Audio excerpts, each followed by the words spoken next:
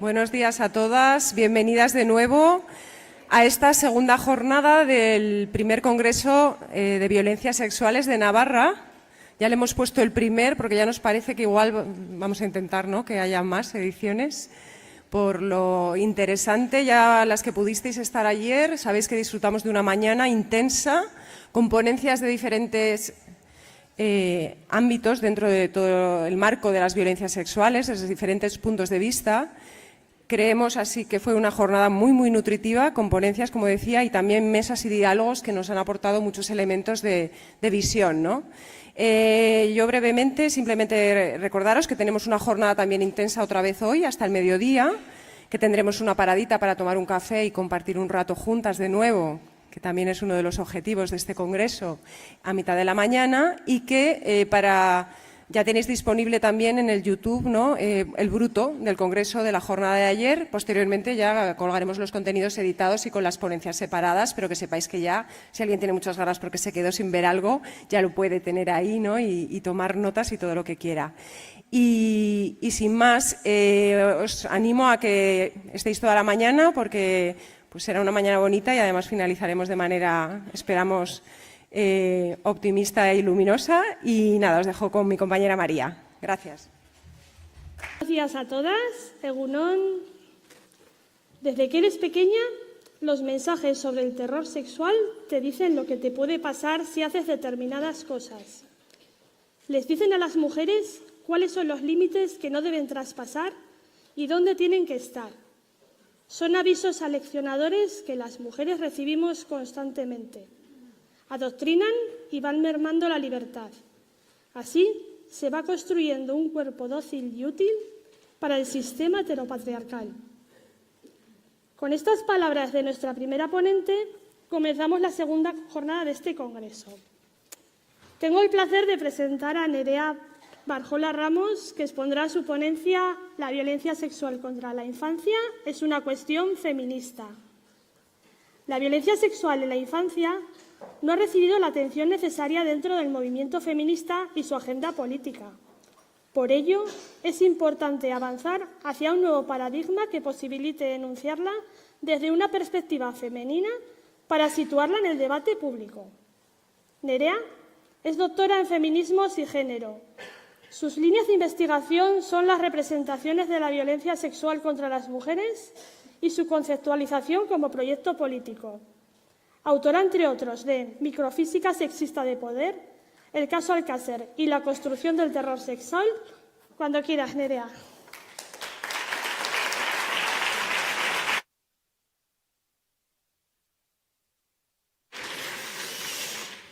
Bueno, pues muchas gracias por la presentación, muchas gracias a Linaí por generar estos espacios de encuentro y, sobre todo, por haber creado un congreso en el que se habla exclusivamente de violencia sexual, no un congreso en el que se habla de todas las violencias y en un apartado de violencia sexual, sino que todo el congreso habla de violencia sexual, y yo creo que esto es de agradecer y es súper importante, y además de generar un espacio donde nos podamos encontrar todas, me parece, bueno, estoy muy agradecida. Bueno, como muy bien me ha presentado María, hoy vengo con una propuesta diferente a la que suelo traer. Es diferente, aunque va casi en la misma línea, que tiene que ver con la violencia sexual contra la infancia, ¿no?, y plantearlo como una cuestión feminista. ¿Y por qué lo planteo como una cuestión feminista? Porque he hecho un pequeño recorrido en este sentido y me he dado cuenta de que, bueno, que el feminismo no ha estado ahí para la infancia. Sí que hemos conceptualizado alguna cosa, ¿no?, pero creo que no ha estado ahí para la infancia. En ese sentido, mi propuesta de hoy, yo no voy a hablar de la violencia sexual contra la infancia porque ya hay muchas, en sentido de datos o de ámbitos de actuación, porque ya tenemos muchas compañeras que están trabajando esto, no quiero hacer intromisión laboral. He aprendido un montón de ellas, pero sí que es verdad que me interesa plantear algunas cuestiones básicas del trabajo, algunas reflexiones a las que he llegado con la intención de que encontremos la manera de meter en agenda la violencia sexual en agenda feminista la violencia sexual contra la infancia, ¿no? Es 2018, presento Microfísica sexista del poder en el Feministaldi, que además compartía mesa con Ana, y bueno, presento y Aurora Iturriot levanta la mano y me dice: gracias por tu presentación, gracias por tu libro, pero la violencia sexual contra la infancia, ¿qué? ¿No? ¿Qué hace el feminismo con la violencia sexual contra la infancia? Y yo recuerdo en ese momento decirle que tenía toda la razón, ¿no? Que teníamos que entrar, pero también recuerdo que en ese momento pensé, pero bueno, eso no es mi objeto de estudio. Y inmediatamente después pensé, ¿cómo no va a ser mi objeto de estudio? Si estoy hablando de libertad sexual y si estoy hablando de violencia sexual, ¿no? ¿Cómo no va a ser mi objeto de estudio? Y ahí empiezo un recorrido de darme cuenta que realmente no hemos conceptualizado desde la agenda feminista la violencia sexual contra la infancia, ¿no? Cuando hago este trabajo, además, me encuentro con un montón de testimonios, ¿no? Que van como haciendo mella y que a mí personalmente me afectaron y que venían un poco a decirme que el feminismo en sus historias de vida les había ayudado a comprender las violencias sexuales, las violencias machistas, pero que no se sentían representadas en el feminismo, ¿no? Y había testimonios de el feminismo me ha dado mucha fuerza, pero no habla de mí, ¿no? Yo voy a las manifestaciones, pero yo no estoy allí.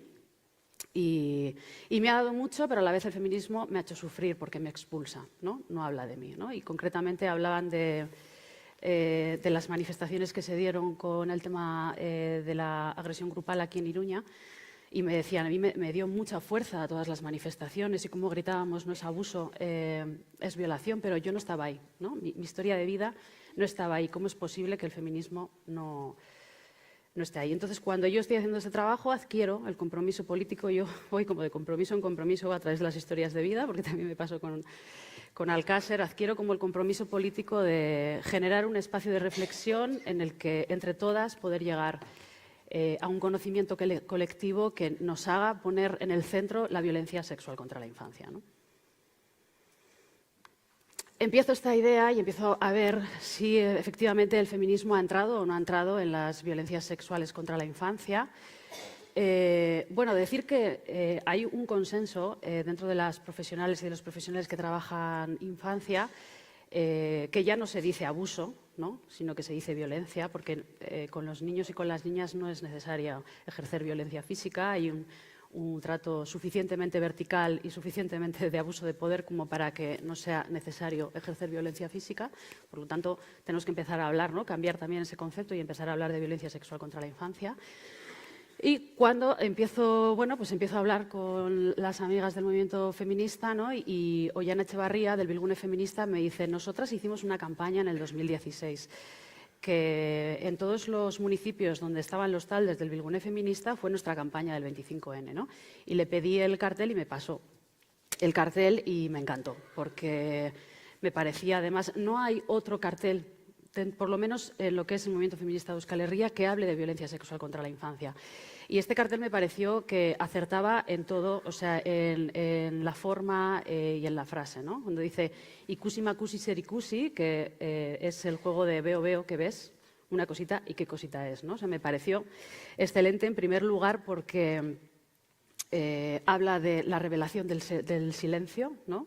Y luego habla de la responsabilidad adulta, porque en ese juego hay un niño que está jugando pero que está revelando la violencia sexual que está enfrentando, te lo está diciendo con su lenguaje y ahí es el mundo adulto el que si quiere ve y el que si quiere no ve, ¿no? Que yo pienso que siempre vemos, otra cosa es que queramos. Y me pareció muy acertado este juego de palabras con este juego tan de niños, ¿no? Que jugamos con todas las niñas y con todos los niños al veo que ves, ¿no? Para hablar precisamente de esa responsabilidad adulta y de esa responsabilidad social de que nos lo están contando y elegimos ver o elegimos no ver. E incluso revelan y te dicen, me está pasando esto, y a partir de ahí también empieza el descrédito adulto, ¿no? Muy brevemente, la violencia sexual contra la infancia en cifras, pero más que para dar las cifras, para decir que es una violencia súper soterrada, muchísima más que la violencia sexual contra las mujeres, y que esto en realidad nos impacta, ¿no? Nos puede impactar, pero que esto que vemos aquí es el doble, ¿no? Es como el Consejo de Europa dice que entre el 15 y el 20% de las niñas y niños y adolescentes sufren algún tipo de violencia sexual antes de cumplir los 18. Entre el 70 y el 85% es del entorno más cercano y confianza, ¿no? Se repiten las representaciones que también explicó ayer Bárbara Tardón, ¿no? Como el agresor era el vecino, el padre, el primo, el tío. Y 1 de cada 3 niñas, niños o adolescentes no habla de la violencia que ha sufrido. Y yo aquí añadiría, y aquellos que hablan de la violencia que han sufrido vuelven a encontrar silencio después, porque hay mucha revelación de violencia y el entorno lo silencia, ¿no? Y vuelven años después a tener que hacer frente a ese silencio, ¿no? El silencio de la sociedad más el silencio de la familia, ¿no? Lo mismo la Organización Mundial de la Salud, ¿no? 1 de cada 5 niñas y 1 de cada 13 niños ha sufrido violencia sexual durante su infancia. Aquí vemos que, por ejemplo, la categoría género, ¿no? es un elemento de riesgo para las mujeres. Las niñas son mucho más victimizadas que los niños.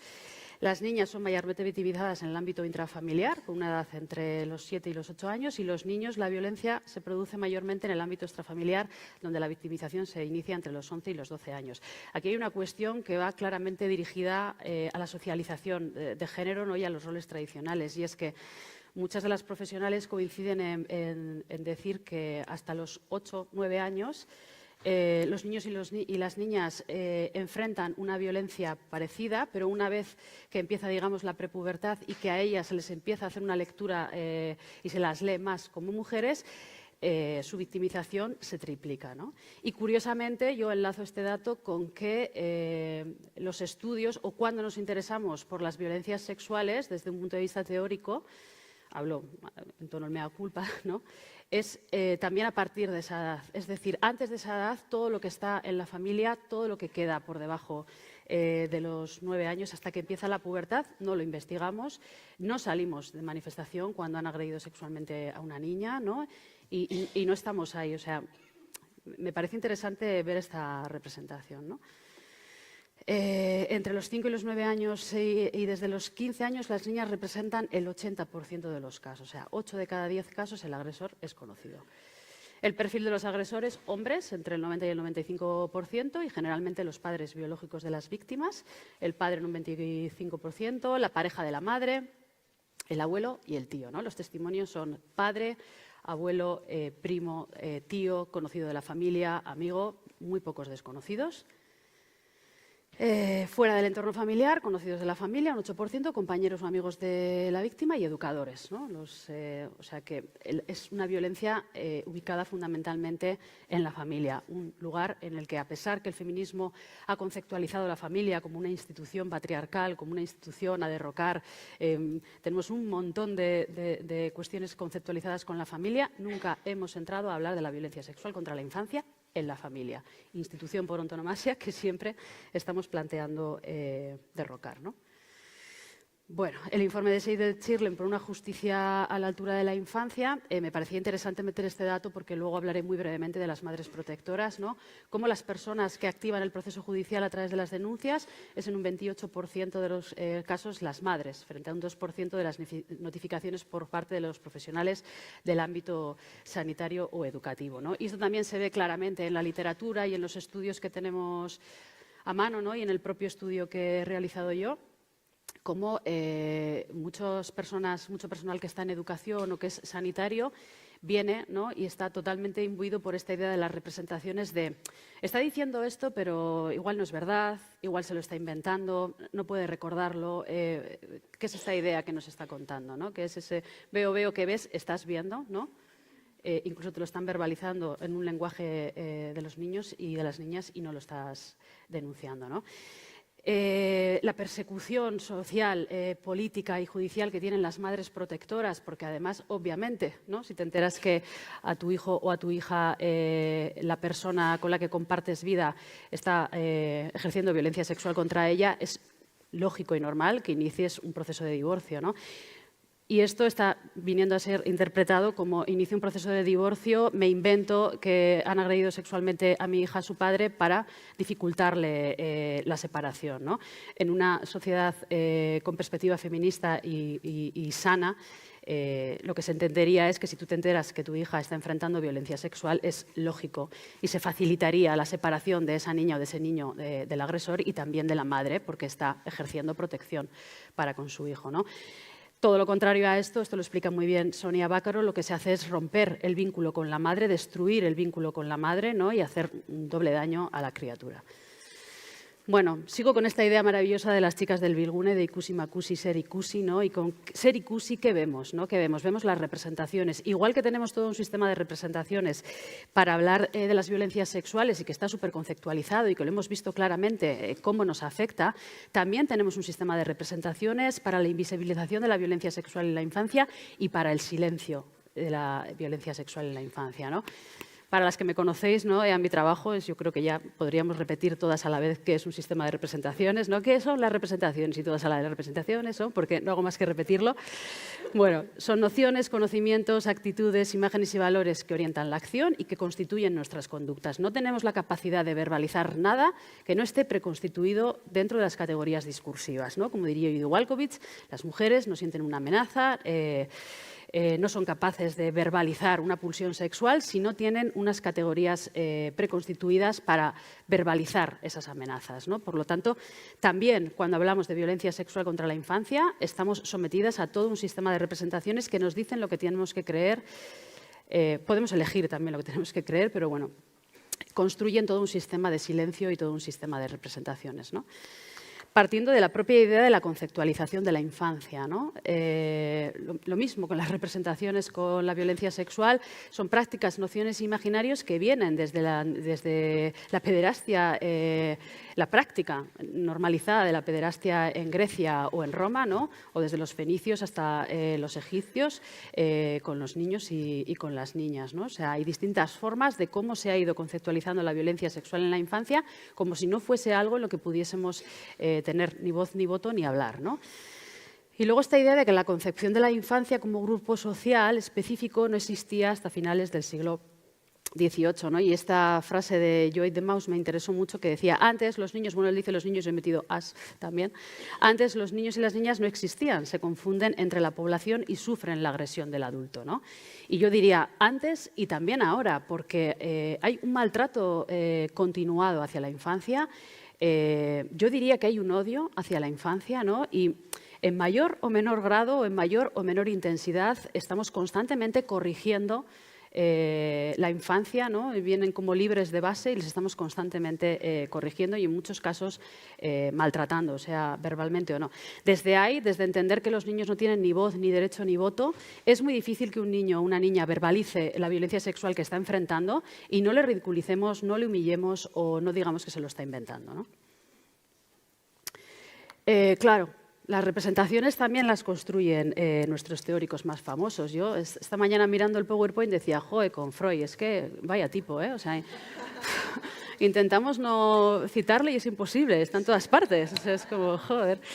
¿No? Y pues lo saqué de este libro de David Finkelstein, que es un hombre que en los 80 escribe abuso sexual al menor, ¿no? Y plantea esta cosa de, bueno, estudiosos tan importantes como Freud o Kinsey dedicaron tiempo y atención a las investigaciones de la sexualidad, ¿no? Y, sin embargo, no acertaron a expresar alarma alguna sobre el problema, a pesar de que estaban recogiendo testimonios y testimonios y testimonios de violencia sexual contra la infancia, ¿no?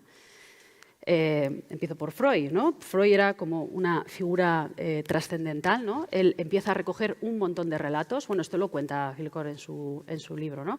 Empieza a recoger un montón de relatos, es imposible, ¿no? En un primer posicionamiento suyo es como, bueno, he recogido tantos relatos de violencia sexual contra la infancia que él de alguna manera plantea que el tramo sexual de la niñez es lo que después en la adultez, ¿no? Va a tener repercusión.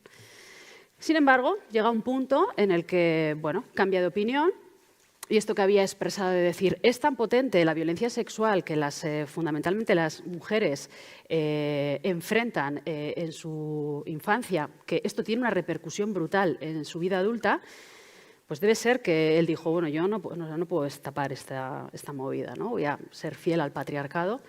Y entonces dice que esto que las mujeres estaban expresando eran fantasías y no experiencias verdaderas, ¿no? Y para justificar esta teoría construye la teoría de Edipo, ¿no? Que es esta cosa de que el niño o la niña siente atracción por el sexo opuesto y entonces rivaliza, ¿no? o se conflictúa con las personas del mismo sexo, ¿no? Y en esa rivalidad aparece este conflicto que da lugar a fantasías y que da lugar a acciones por parte del niño, ¿no?, que pueden ser inventadas y que muchas veces además provocan las situaciones. Y aquí, de esta manera tan intensa, porque ha llenado toda la conceptualización del psicoanálisis, ¿no?, conceptualiza cómo los niños se inventan y cómo los niños tienen fantasías, ¿no? Y como plantea muy bien Filercor en su libro, cómo generaciones y generaciones y generaciones de psicoanalistas que han recibido los mismos relatos que recibió Freud, decidieron no creer a los niños y a las niñas, ¿no?, diciendo que se lo estaban inventando y que formaban parte de sus fantasías. O sea que Freud sirvió al patriarcado igual que el patriarcado sirvió a Freud, ¿no?, porque Freud en su momento era concebido como un iconoplasta, ¿no?, como un hombre adelantado a su tiempo, que planteaba teorías innovadoras. Sin embargo, cuando llega el momento, ¿no?, de ir contra el patriarcado, Freud se alinea, por supuesto, a favor del patriarcado. Y Kinsey, pues otro de lo mismo, ¿no?, que es este hombre que es verdad que es uno de los que más ha trabajado la sexualidad en general, ¿no?, y también en concreto la infancia, ¿no? También recibió un montón de relatos, un montón de historias de vida y, sin embargo, en un momento dado pues dice que el incesto está más en la imaginación de los psicoterapeutas que en la experiencia de las pacientes, ¿no? ¿Qué nos muestra esta genealogía? ¿Qué nos muestra toda esta forma de significar las representaciones? Primero, una concepción de la infancia sin derechos, ni voz ni voto, y estamos todavía ahí. Podemos pensar que no, pero estamos todavía ahí. Y la protección de la violencia sexual contra la infancia como una práctica totalmente naturalizada, en la que no entramos, que existe y que sujetamos, ¿no? Esta genealogía, a diferencia de otras genealogías que podemos tener con las violencias sexuales, que intentamos romperlas aunque nos cuesten, esta genealogía está totalmente soterrada, ¿no? No nos paramos a pensar por qué no estoy creyendo a este niño. No le creo porque es un niño. Y cuando no le creo porque es un niño, lo que estoy diciendo es que este niño no tiene derecho ni voz ni voto. ¿Por qué es una cuestión feminista, ¿no? Que fundamentalmente porque, bueno, ya toda esta genealogía que hemos presentado ya nos puede dar una pista de por qué es una cuestión feminista, pero más allá quería exponer algunas reflexiones que vienen de este trabajo y de estos años de elaboración, ¿no? Primero y fundamental porque la violencia sexual contra la infancia es una violencia machista, ¿no? Nos encontramos con dos argumentos que vienen como a denostar esta idea de que la violencia sexual contra la infancia no es una violencia machista. Primero, hay una dificultad de comprender el machismo como un paradigma político, social y cultural, ¿no? No es violencia machista, este es uno de los argumentos más escuchados, no es violencia machista porque también afecta a niños, ¿no? Se mantiene la idea de que el machismo es una cuestión ideológica que afecta a mujeres y a niñas, ¿no? Para mí esto es un error profundamente conceptual, ¿no?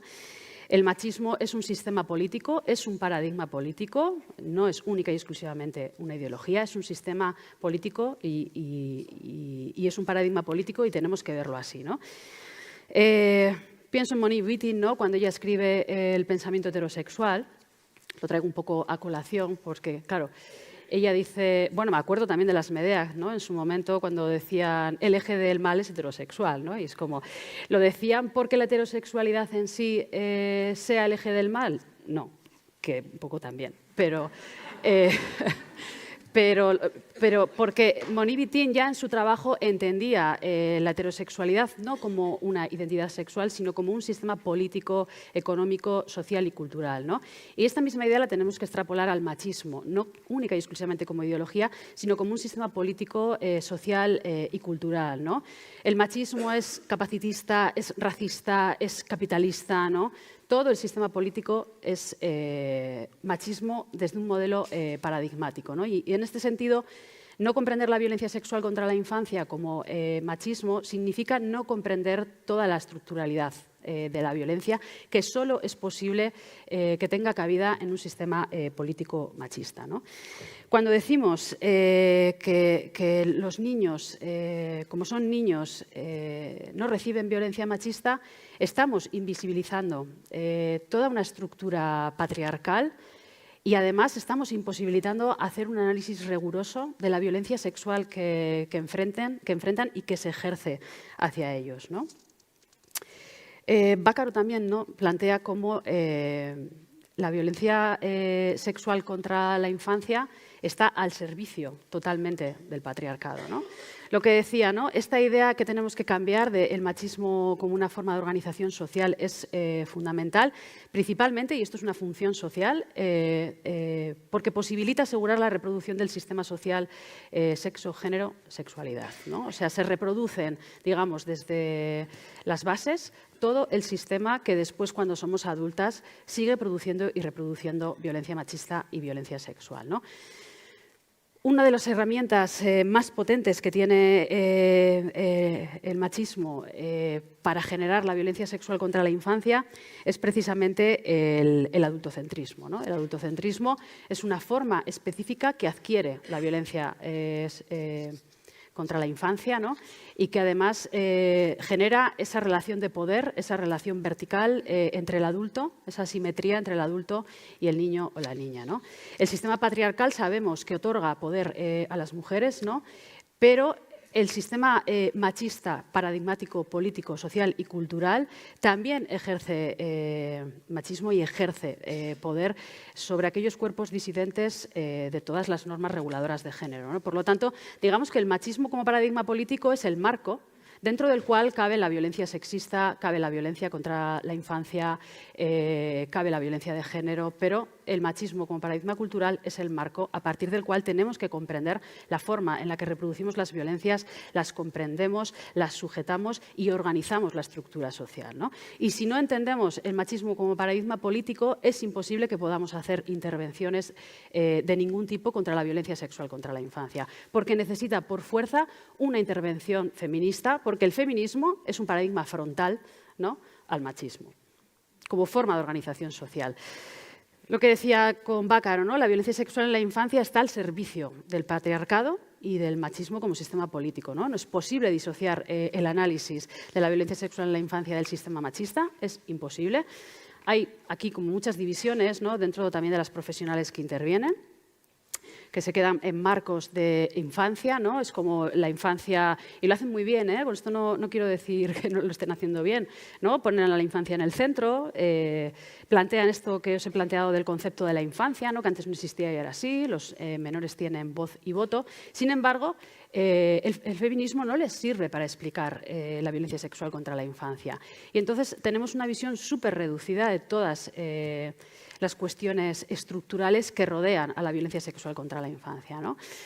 El abuso de poder, la cosificación del cuerpo de las niñas y adolescentes apela al control de la sexualidad por parte de los hombres, ¿no? Esto es de base, y apela al control de la sexualidad por parte de los hombres tanto a niños como a niñas cuando son pequeños, y cómo después eso se va extendiendo, ¿no?, en nuestra vida adulta. Por lo tanto, la violencia sexual contra la infancia está atentando contra la libertad sexual de los niños y de las niñas, y es un control y un acceso libre de los hombres al cuerpo de los niños y de las niñas, ¿no? Se habla mucho en los testimonios y además lo verbalizan así, hablan como de los padres, ¿no?, como de un sistema feudal, como si fuera, ¿no?, un sistema feudal, y del derecho de pernada, ¿no? El derecho de pernada es yo tengo el derecho sobre mi hija y sobre mi hijo como propiedad, ¿no?, fundamentalmente sobre las niñas como propiedad, y de tener la primera relación sexual con ella, ¿no? Entonces, de violarla, ¿no? Porque, y tenemos que ver que esto es un control y un disciplinamiento del cuerpo de las niñas y del cuerpo de las mujeres cuando ya son adultas, ¿no? Haber enfrentado y sufrido violencia sexual en la infancia. En fin, bueno. Y esta misma pregunta se introdujo hicimos entrevistas a expertas, y esta misma pregunta se introdujo y les preguntábamos directamente: ¿cuál es la función social de la violencia sexual contra la infancia? Y lo interesante de la pregunta es que funciona como, perdona, no tiene ninguna función social, porque nos sentimos como indignadas, pero ¿por qué me estás hablando de función social? Cuando hablamos de función social, estamos hablando del sistema machista y de el machismo como modelo político paradigmático, porque es como, sí, tiene una función social porque la reproducimos constantemente. Y la reproducimos constantemente y por eso no conseguimos acabar con la violencia sexual contra la infancia. Si no conseguimos acabar con la violencia sexual contra la infancia es porque tiene una función social y el conjunto social la protege a través de la invisibilización y del silencio. Por lo tanto, tiene una función clara de la violencia sexual, ¿no? elementos, ¿no?, que son como muy importantes, ¿no? Lo decía antes, el afianzamiento de las identidades hegemónicas, ¿no? Hay un fortalecimiento del sistema sexo-género y, en consecuencia, el sistema de dominación machista y patriarcal, ¿no? Esto se ve súper claramente. Hay una naturalización de las violencias sexuales construidas dentro de la infancia y, por lo tanto, se naturaliza la violencia sexual en la edad adulta, ¿no? Una construcción del cuerpo de no somos dueñas de nuestro propio cuerpo, no tenemos el control sobre él, ¿no? También hay mucha idea de confundir violencia y amor, ¿no? Hay una dificultad en la edad adulta de saber diferenciar entre qué es violencia, si me están tratando bien, si me están tratando mal, o qué es amor, ¿no?, cuando hemos enfrentado violencia sexual contra la infancia, que además está profundamente aceptada socialmente y muy poco visibilizada, ¿no? Disciplinamiento de nuestros cuerpos, ¿no?, de una manera brutal, que a largo plazo reproduce el sistema de dominación patriarcal. Una sexualidad basada en el libre acceso de los hombres a los cuerpos de las niñas, pero también a los cuerpos de las mujeres adultas, ¿no? Lo tenemos incorporado. Hay una idea fundamental en este tema que es la configuración de una sexualidad y cómo se ve claramente el sesgo de género, ¿no? Como para ellas, en muchos testimonios, ellas vienen a relatar cómo les dicen que para ellos son juegos, pero para ellas les están dando un aprendizaje de la sexualidad, ¿no? Y aquí se ve claramente como los padres, los tíos, los primos, ¿no?, le dicen, te estoy enseñando la sexualidad. Y se ve claramente cuál es la función social de esto, ¿no?, que es la docilización, y cómo cuando llegas a la edad adulta bueno, hay un disciplinamiento y hay una dificultad de conectar con tu propio cuerpo y con tu propia sexualidad, ¿no? El sistema de dominación se fortalece, es una construcción, como decía, basada en el no consentimiento, ¿no?, y en la disciplina, por lo tanto el sistema de dominación se fortalece y, por supuesto, la protección del sistema familiar. Impide, ¿no?, generar personas educadas en igualdad y en el acceso al libre deseo de nuestros cuerpos, ¿no? Y la protección de la institución familiar, bueno, es algo donde no hemos entrado, ¿no? Pero el pater familias es intocable. Y además hay una cosa muy importante que es, bueno, cuando el vínculo, sabemos que las consecuencias, cuando el vínculo con el agresor es tan estrecho como el padre biológico, ¿no?, o una persona de referencia para ti, hay mucha dificultad de romper ese vínculo, hay mucha dificultad de visibilizarlo, ¿no?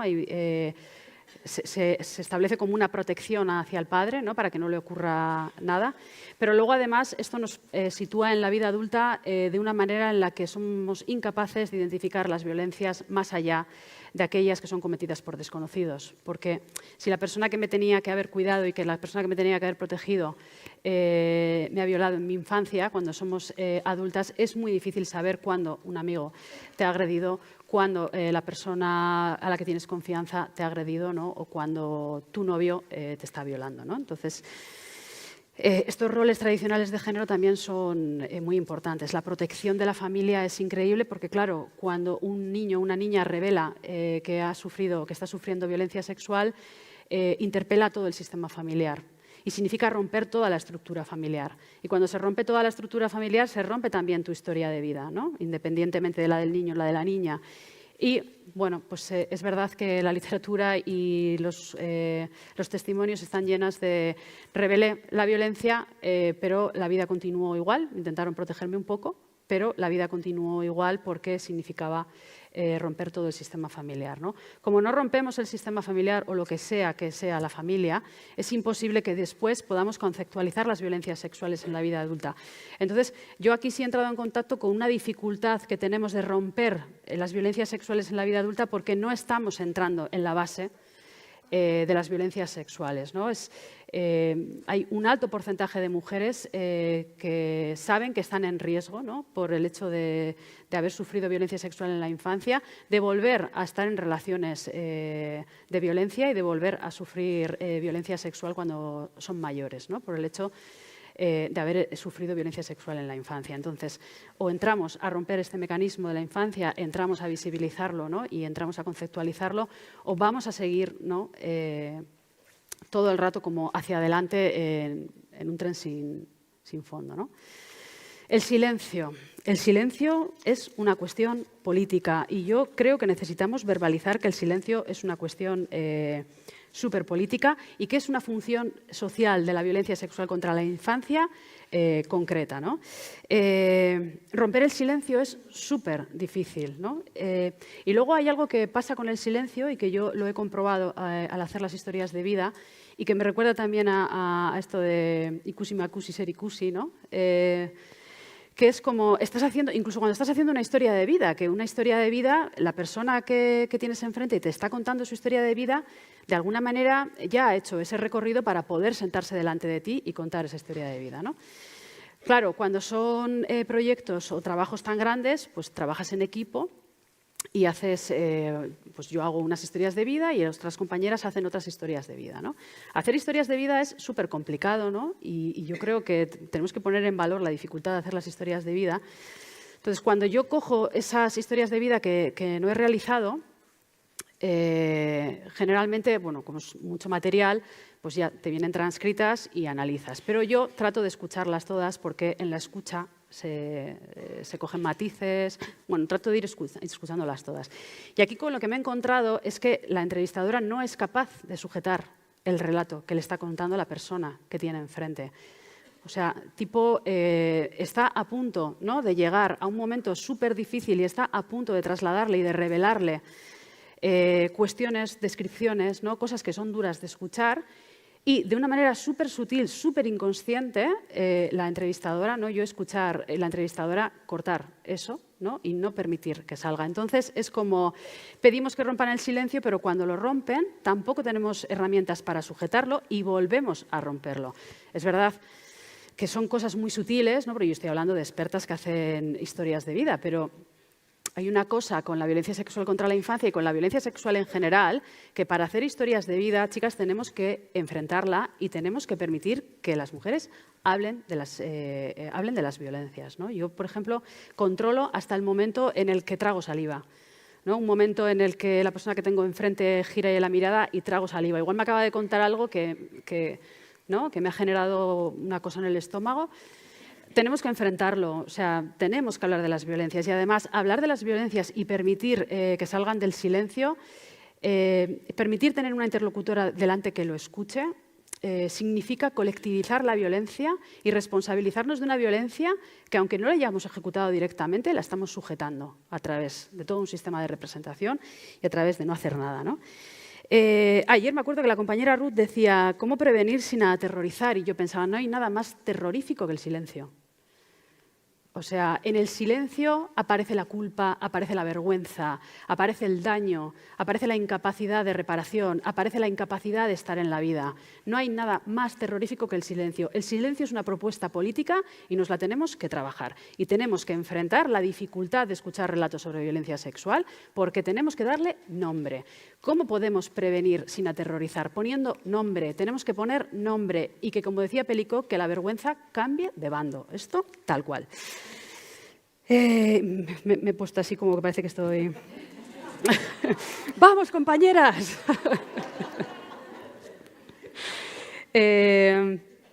Y luego me he acordado también de Elisa, que ayer decía, ¿no?, esto de que les ponemos pulseras a los niños, el cuidado a la infancia. Y a mí ahí me saltó el chip porque es como, sí, el cuidado a la infancia. En la Icastola de mi criatura, todos, niños y niñas, llevan un GPS.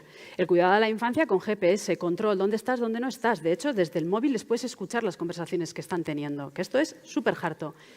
Pero luego vienen y te dicen, el profesor me ha tocado, el abuelo me ha violado, mi padre me ha tocado y no les creemos. ¿Qué tipo de protección es esta? O sea, no sé, tendrán que inventar algo en el metaverso para...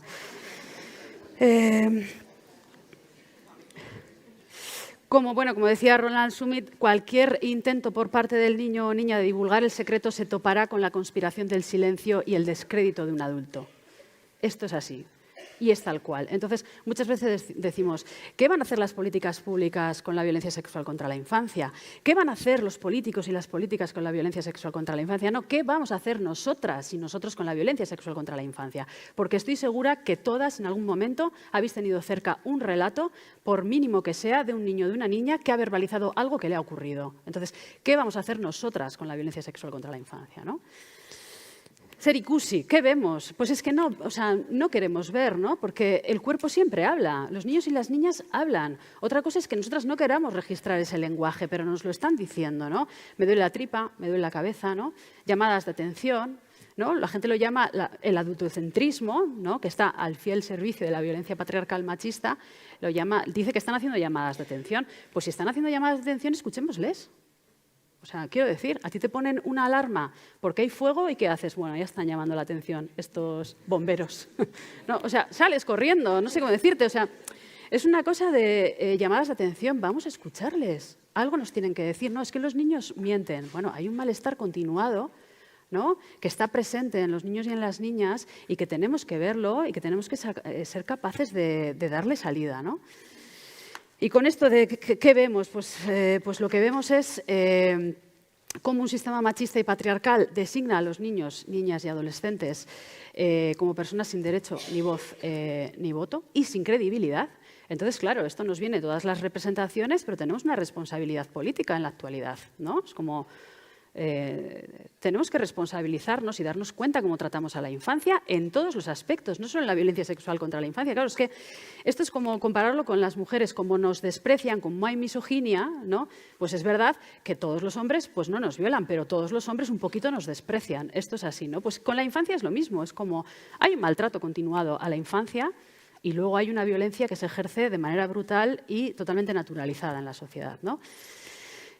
Otra cuestión que ha salido muy importante es esta idea que incluso entre profesionales se plantea, ¿no? Que bueno, ha habido una revelación de una violencia y incluso entre profesionales entienden que no hay que intervenir porque el niño o la niña es muy pequeño y que no lo va a recordar.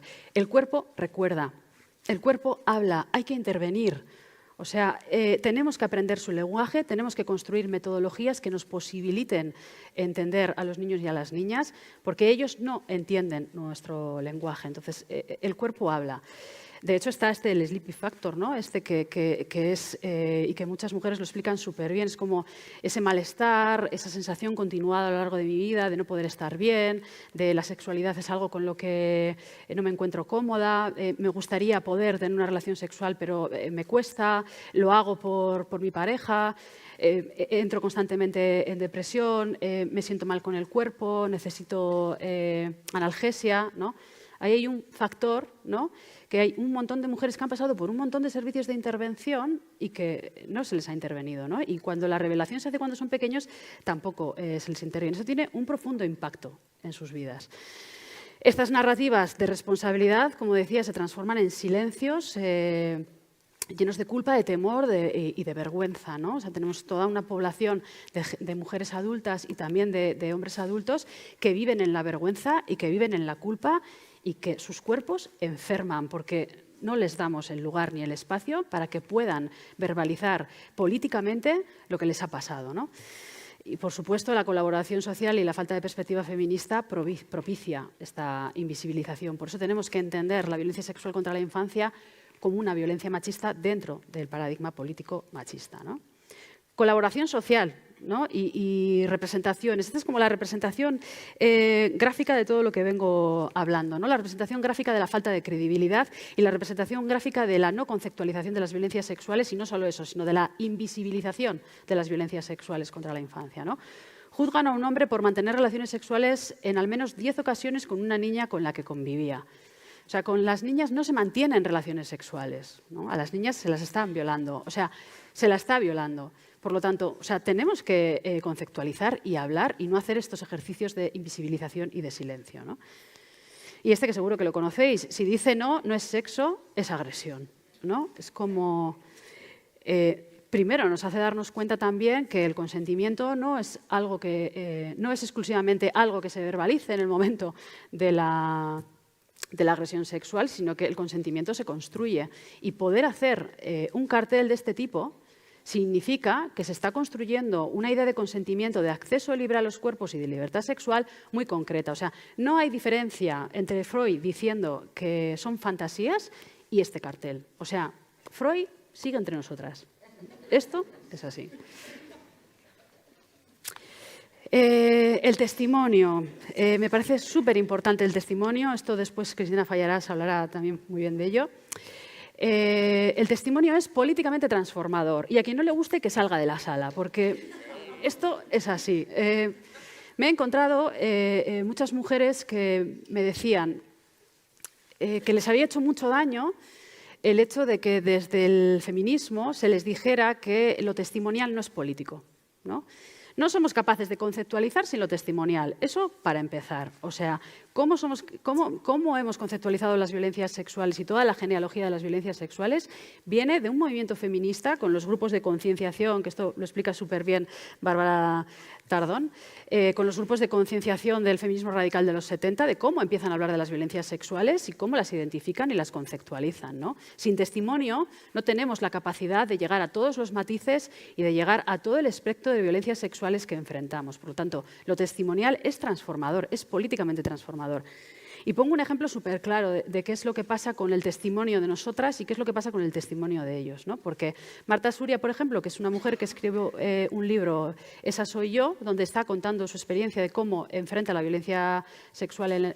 La violencia sexual es un libro duro, sin embargo, ella recibe esta idea de lo testimonial no es político. Pero luego tenemos Instrumental de Rhodes, ¿no? Y todo el mundo se lee a Rhodes y dice, wow, qué pasada, ¿no? Qué pasada. No solo eso, sino que hacen una ley sin perspectiva feminista. Bueno, igual luego Carla me cruje porque dice, no, algo de perspectiva tiene.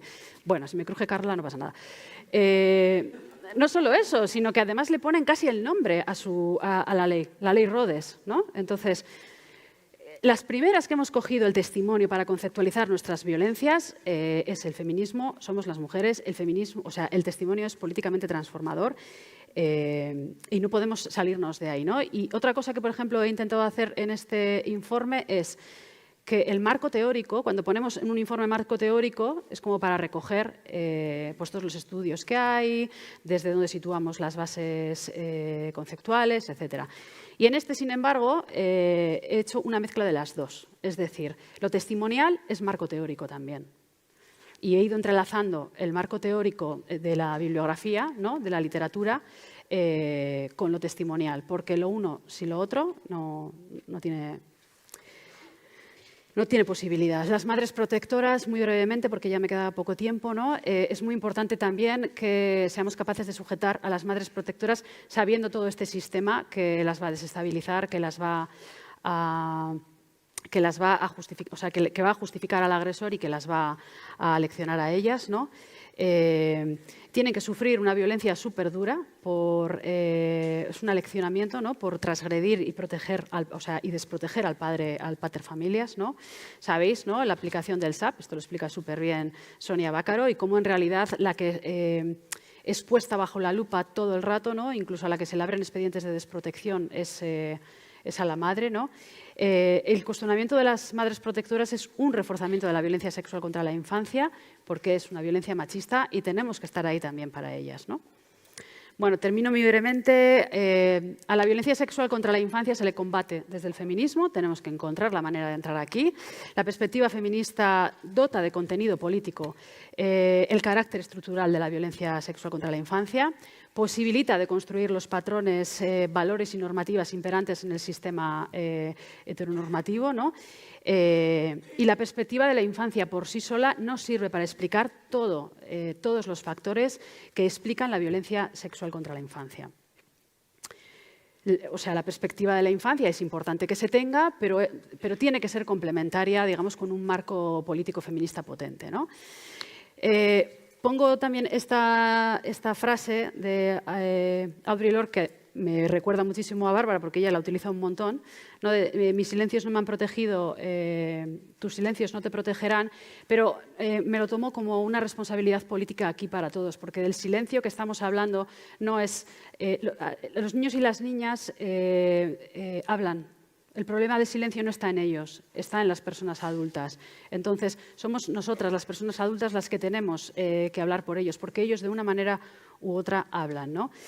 Yo creo que queda súper claro que la violencia o la función social de la violencia sexual socializa en el género, amplifica la heteronormatividad como sistema político, protege a la familia y al pater familias como el sistema o la institución que vertebra todo el machismo como sistema paradigmático, ¿no? Es una construcción de la sexualidad basada en el no consentimiento y en el acceso libre de los hombres a nuestros cuerpos, ¿no? Y hay una invisibilización de la violencia a la cual tenemos que hacer frente, ¿no? Todo aquello que no verbalizamos, todo aquello que no visibilizamos continúa existiendo con mayor impunidad, ¿no? Y tenemos que entrar ahí. Es necesario que generemos literatura feminista, es necesario que empecemos a construir genealogía feminista de la misma manera que construimos genealogía feminista con las violencias sexuales para las mujeres, tenemos que construir genealogía feminista para la violencia sexual contra la infancia, reapropiarnos de nuestro relato, ¿no? Y meterlo en agenda feminista, porque la violencia sexual contra la infancia es una cuestión feminista y nos tenemos que poner a ello. Y me sale Gora Borroka feminista y...